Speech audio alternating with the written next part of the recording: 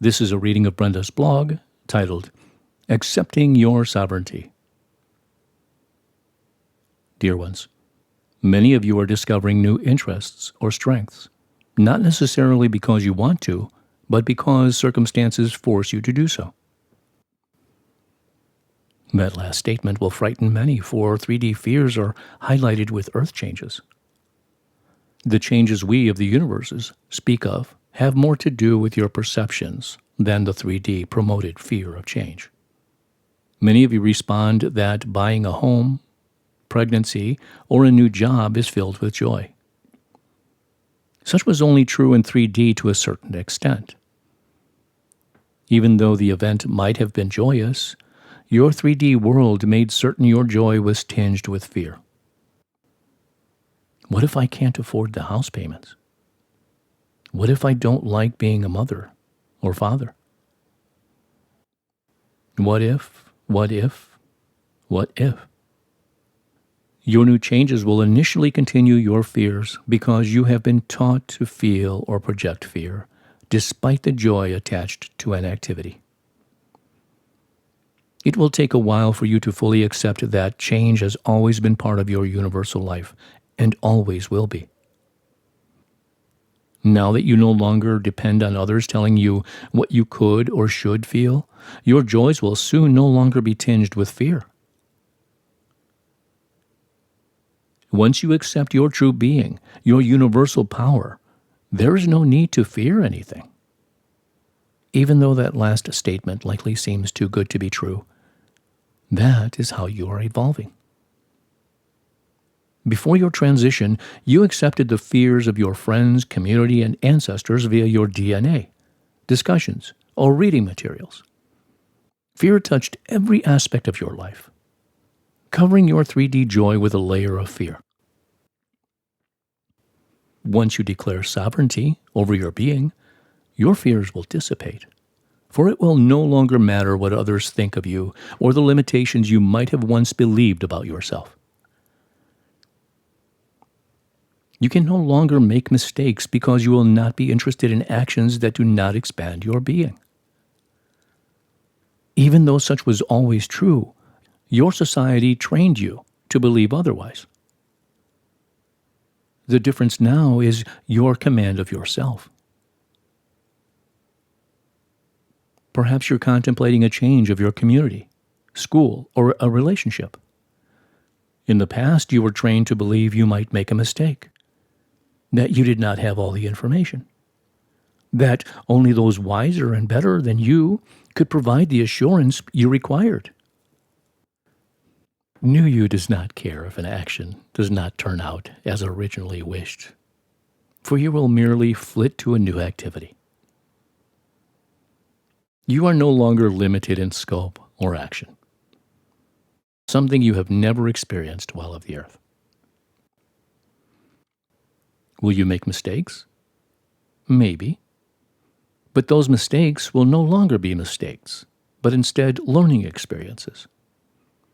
For your universal being is most comfortable flitting from action to action and reporting the results to any who wishes to know why and what happened. In 3D, your actions were most often based on social shoulds, so you often selected incorrectly to continue the image you wish to project within that society. Perhaps marrying the wrong person, or staying in a relationship or job to appease your parents or community, or having children, even though you never pined for children. So many actions performed because of shoulds instead of wants or curiosity. Now that you no longer need to report to anyone in your circle, community, or family, unless you want to, you're free to flit from one activity to another, and you're encouraged to do so by your new segments and interests. You are free to roam, remain stationary, or select or not select. At the beginning of your flitting, you might question your interests or need. But by the time you allow yourself to be fully enmeshed in your new being, you will discover a freedom that is difficult to put into words. There will no longer be that little voice asking you if you made or are making a mistake. Your inner voice will merely rejoice in your new freedoms, for you would not be interested in a particular action unless you are called to do so by your inner voice, your voice of self-love and action. You are truly new. Allow new you to permeate your decision processes. Then allow yourself to explore without worrying about the outcome, what others will think, or that you might fail. Any action you take now will be about exploration and fun. Fear is no longer your primary goal or need. Your exploration of joy is. So be it. Amen. Hi, this is Joe.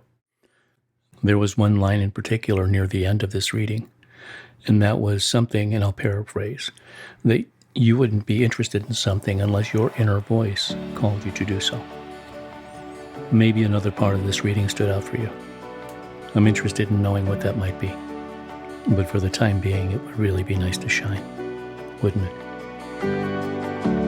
Underground for so long, in the dark, I forgot how the sunlight feels.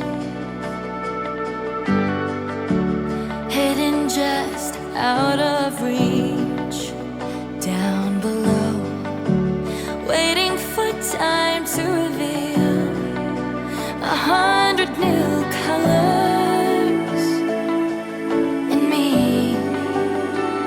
Even if it takes 100,000 years to finally shine, unlike any other, something undiscovered, left to crystallize. Give it time, put it under pressure, hold it to the fire, a diamond in disguise, meant to shine.